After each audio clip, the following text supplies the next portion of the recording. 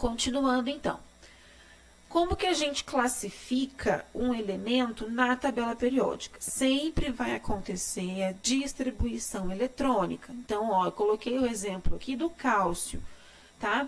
O cálcio, a gente já sabe qual que é a distribuição em subníveis de energia. Para isso, eu tenho que utilizar o diagrama de Pauling, tá? Então, eu tenho lá 1s2, 2s2, 2p6, 3s2, 3p6, 4s2. Após isso, eu tenho a distribuição em camadas, tá? Essa distribuição em camadas, lembra que nós vimos antes do diagrama de Pauling, nós vimos os níveis de energia K, L, M, N, O, P e Q? Então, os subníveis, que é 1s2, 2s2, eles estão abaixo dos níveis de energia. Então, a camada K é a primeira camada, então, aonde está o número 1. A camada L é a segunda camada, aonde tem o número 2, 2s2 e 2p6. A terceira camada, a camada M, aonde tem 3s2, 3p6. A quarta camada é a camada N, então tá ali 4s2, tá? E aí a gente faz aquela primeira distribuição. A camada K. Quantos elétrons eu tenho na camada K? Eu vejo aqui em cima, tá? No 1s2. Esse 2 são 2 elétrons. Na camada L, quanto que eu tenho? Eu tenho ali 2s2, 2p6. Somando 6 com 2, eu tenho 8. A camada M, somando 6 com 2, eu também tenho 8. E a camada N, que é a camada de valência, que é a última camada, ela tem 2 elétrons. Ok? E aí, a gente tem as características da distribuição eletrônica. Então, o átomo de cálcio, ele está... os seus elétrons estão distribuídos em 4 camadas.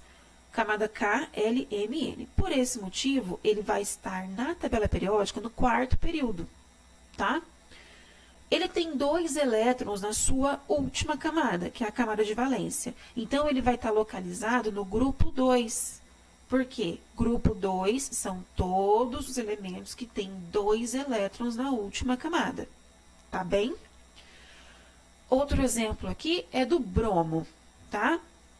Então, a gente tem a distribuição em subníveis de energia, tá? 1s2, 2s2, 2p6, 3s2, 3p6, 4s2, 3d10, 4p5, tá? E aí, a gente tem a distribuição em camadas. Notem que a gente tem uma diferença da primeira distribuição para a segunda. Por que que isso acontece? Porque quando a gente distribui em camadas, lembra que eu falei para vocês que a camada K é a primeira, então é onde tem o número 1, a camada L é a segunda, onde tem o número 2, a camada M é a terceira, aonde tem que ter o número 3. Então, por isso, eu pego o 3s2, o 3p6, o 3d10 e deixo o 4s2 para a camada N, tá? A camada N é a quarta camada, então é onde temos o número 4, tá? Essa é a diferença. Então, para a gente contabilizar, a camada K tem 2 elétrons. A camada L tem 8, por quê? Porque eu somo 6 mais 2. A camada M tem 18, porque eu vou somar todos os números ali de cima, tá? Vou somar o 10 do 3D10, mais o 6 do 3P6, mais o 2 do 3S2. Então, isso vai dar 18. E a camada N, que é a quarta camada, eu vou somar o 4S2, o 2 do 4S2 e o 5 do 4P5. E aí vai me dar um total de 7 elétrons na última camada. E lá nas características, este átomo também ele está no quarto período, porque ele está distribuído em 4 camadas.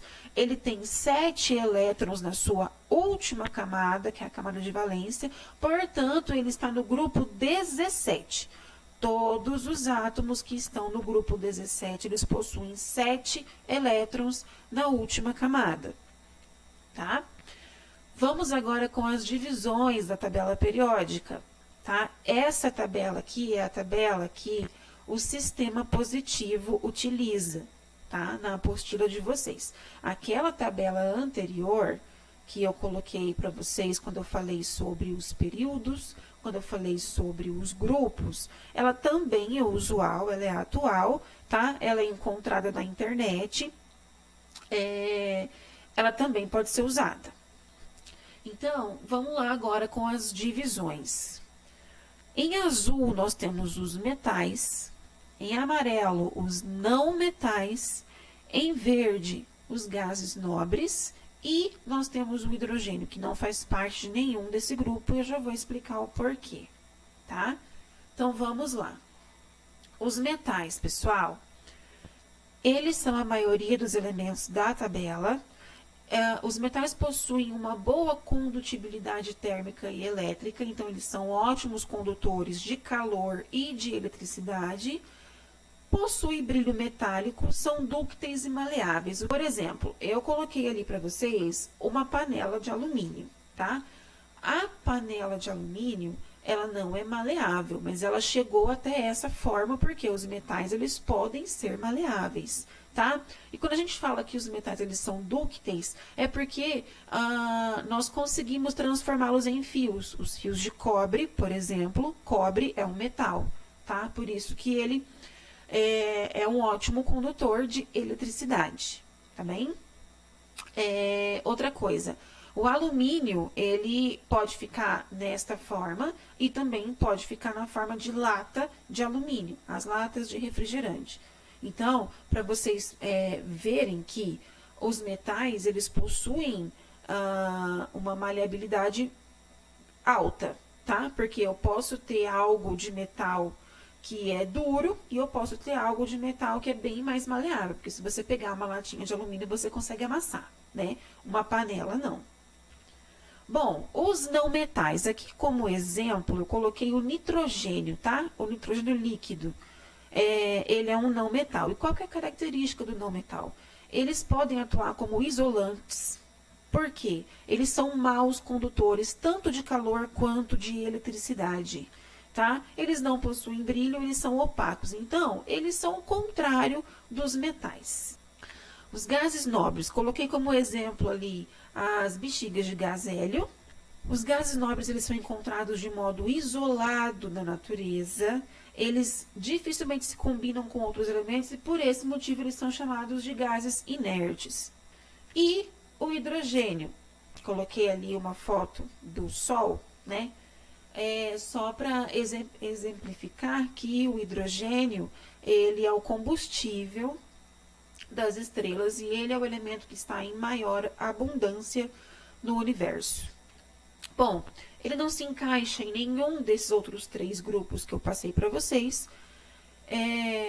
Ele fica separado da maioria, né, de todos os elementos. E ele possui características diferentes de todos esses elementos químicos. Então, por isso que ele não se adequa em nenhum grupo, tá? Bom, pessoal, atividades na apostila das páginas 62, páginas 64 a 66, que nós vamos fazer a correção na próxima segunda-feira, tá? Depois do dia 17. Dia 17 é uma sexta. Então, na próxima segunda-feira, a gente vai fazer a correção dessas atividades, possivelmente. Muito obrigada para os que chegaram até aqui. Dúvidas, vocês têm o meu e-mail, vocês conseguem conversar comigo também pelo Classroom. E a gente vai se falando. É muito importante que vocês olhem essa aula mais uma vez, porque é uma aula mais comprida e, consequentemente, vai gerar mais dúvidas. Mas eu estou aqui, qualquer coisa, vocês só me deem um alô, tá bom? Muito obrigada, pessoal, e até mais.